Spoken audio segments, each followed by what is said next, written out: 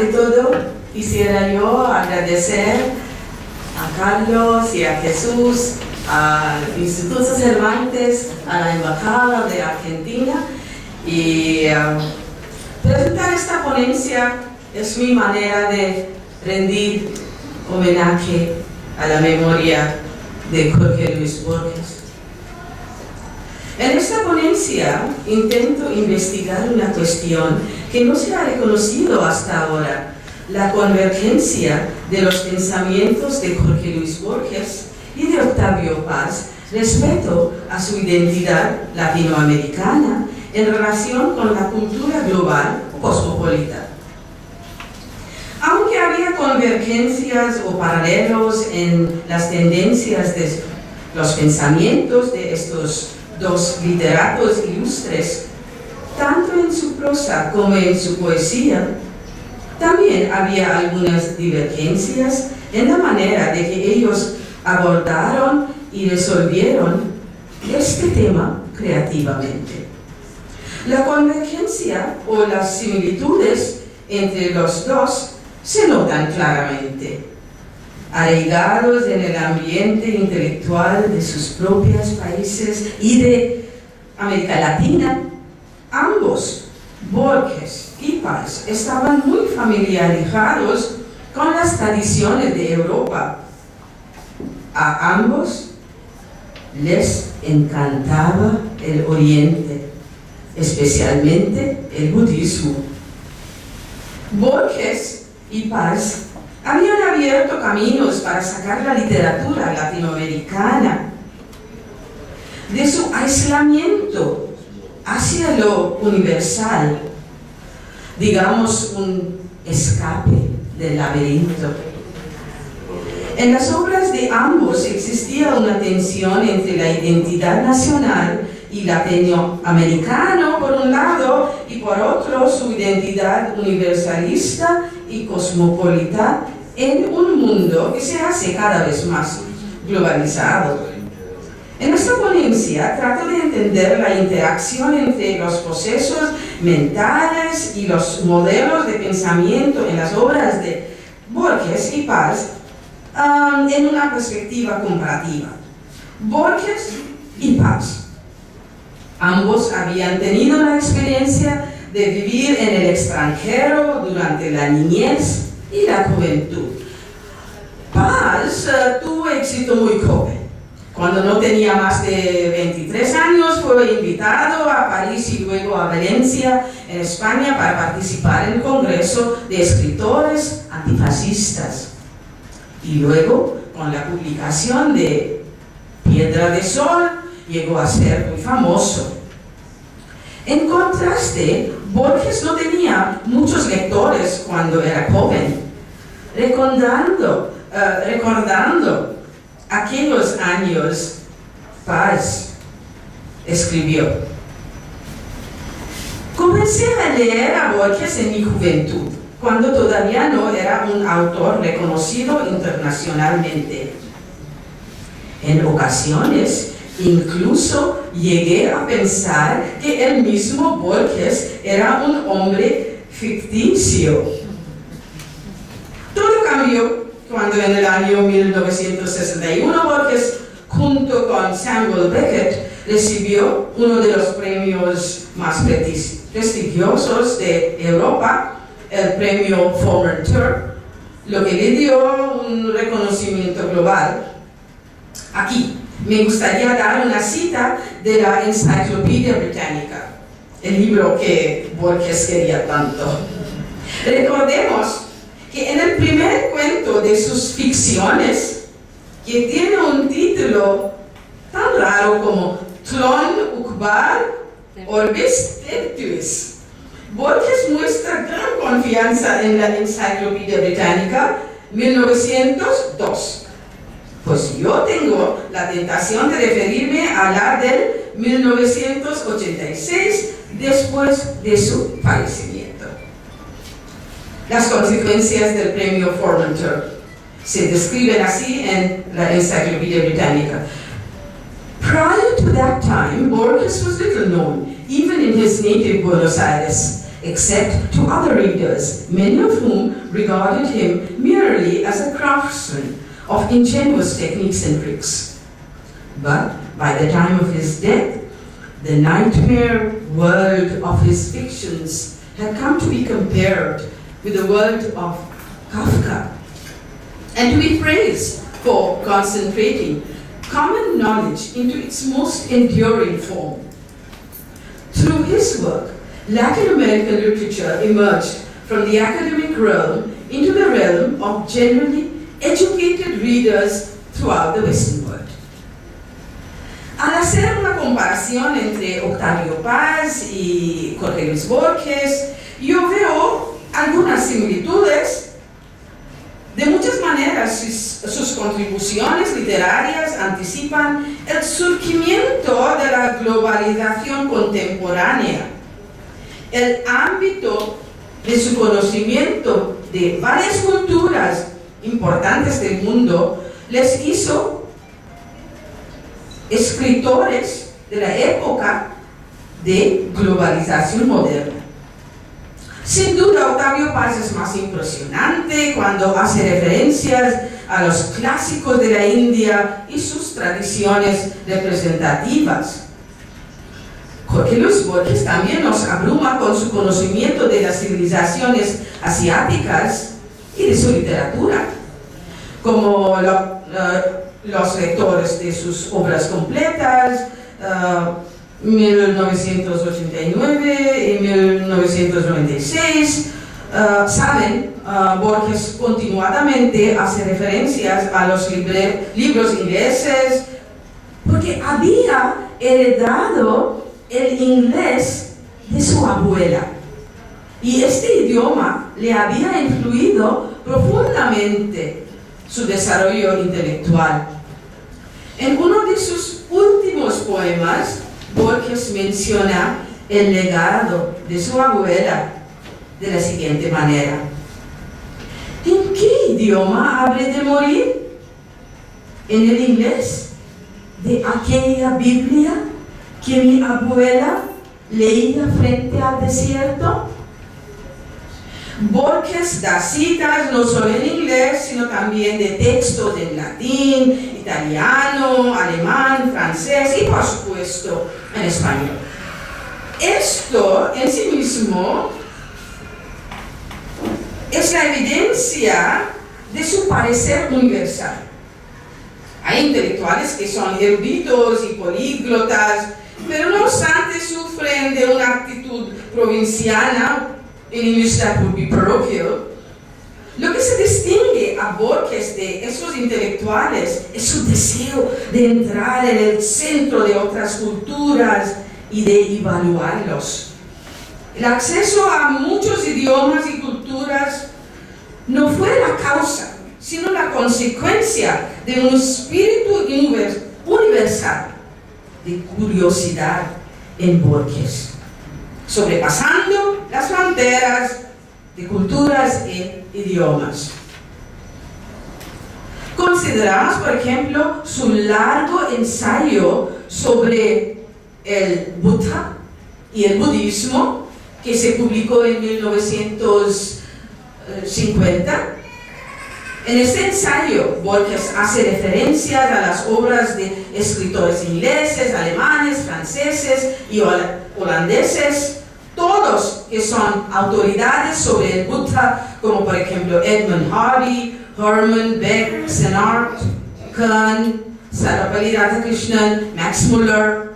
Pero, al fin, Borges se centra en los escritos sagrados budistas en Pali, por el medio de las traducciones en inglés. Así, pudo estudiar y entender las palabras enunciadas por el Buddha. Tras sus estudios, Borges se sumergió no solo en la interpretación de las doctrinas del Buddha, sino también hizo una crítica de los comentarios de Nagarjuna.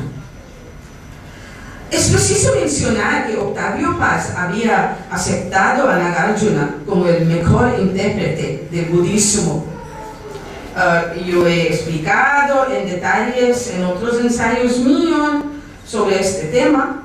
Bueno, Paz confirmó después del fallecimiento de Borges que este tenía gran interés en el budismo. Una vez, Borges había confiado en Paz que él quería ir a morir a algún otro lugar, probablemente en el Japón, porque es la tierra del Buda. Sin embargo, Paz aclara que Borges no era budista, pero la idea de la nada, como aparece en la literatura de budismo, le atraía. La nada es sunyata. Paz lo entendió muy bien porque había estudiado el budismo Mahayana según la interpretación de Nagarjuna. Sunyata es la idea de vacuidad, el concepto fundamental del budismo. En las propias palabras de Paz, sunyata no es nihilismo, sino un relativismo que se destruye y va más allá de sí mismo. En su poema titulado Sunyata, Paz lo describe como presencia que se consume en una gloria sin sustancia. La visión poética de Paz se profundizó al contacto con la India, especialmente por las creencias budistas. En contraste, Jorge Luis Borges es prosaico sobre el tema del budismo, pero no obstante era un gran sabio y había escrito muchos ensayos sobre esta religión. De hecho, hay una gran cantidad de sus apuntes sobre el budismo que no había publicado nunca. Están en los archivos de la Universidad de Austin, Texas. Lo que debe ser también interesante es su manuscrito llamado Cuaderno Avon, que contiene apuntes sobre los místicos de Islam. Y en la obra de Borges hay tantas imágenes del mundo islámico como mencionó Sonia. Por ejemplo, en el cuento de los dos reyes y los dos laberintos, la narración empieza así. Cuentan los hombres dignos de fe, pero Allah sabe más. Y el protagonista es musulmán, el rey de los árabes, que simboliza dignidad y justicia. Otro ejemplo del gran interés que Borges tenía en cuanto al continente de Asia es su ensayo sobre Rabindranath Tagore, que se publicó en 1937. Borges lo había escrito en 1924 al conocer a Tagore en Buenos Aires, cuando nuestro poeta Nobel era huésped de Victoria Ocampo en San Isidro. Los encuentros de Borges con Tagore no eran muy amables, porque en inglés había escrito una vez: I had the slightly terrifying honor of talking with the venerated and mellifluous Rabindranath Tagore. We were speaking of the poetry of Baudelaire, and someone recited, my pronunciation in French is absolutely abominable, L'amour des amantes? Well, whatever. Something about lovers and furniture. We were speaking of the poetry of Baudelaire. And the sonnet mentioned beds and couches and flowers and chimneys and mantelpieces and mirrors and angels. Tagore listened intently, but in the end he exclaimed, "I don't like your furniture, poet." Borges says that he deeply agreed. His later opinion upon reading Tagore's writings was a little more critical, for he thought Tagore had too much of an inclination towards vagueness. And you see, that was because they were reading Tagore's translations in English and not the original Bengali. And we all know Tagore's English translations, which he himself did, were rather, very uninteresting, and it didn't have that spirit which there is in the Bengali original. So anyway, he said that Tagore was vague and Tagore was incorrigibly imprecise, he thought, and in his 1001 lines, there is no lyric tension and not the least verbal economy. That's Borges' opinion. Anyway, los encuentros de Borges con la civilización china había dejado una impresión más fuerte sobre su obra en comparación con sus encuentros con la India. Mientras Paz enfocó en la India, Borges tenía más interés en China. En 1942, en una larga reseña de la traducción inglesa hecha por Arthur Waley del libro de Wu Cheng-en, Tales of Journeys to the Western World, Borges alaba las alegorías vertiginosas. Esta significación del modo alegórico quedaba con Borges y lo vemos en gran número de sus ficciones. Otra cosa muy importante es la noción del tiempo, que Borges aprendió con las tradiciones de China y de la India. Borges comenta que en las alegorías el concepto de tiempo es distinto porque no es del tiempo humano y se compara con el concepto de kalpas, y cada kalpa tiene miles de siglos.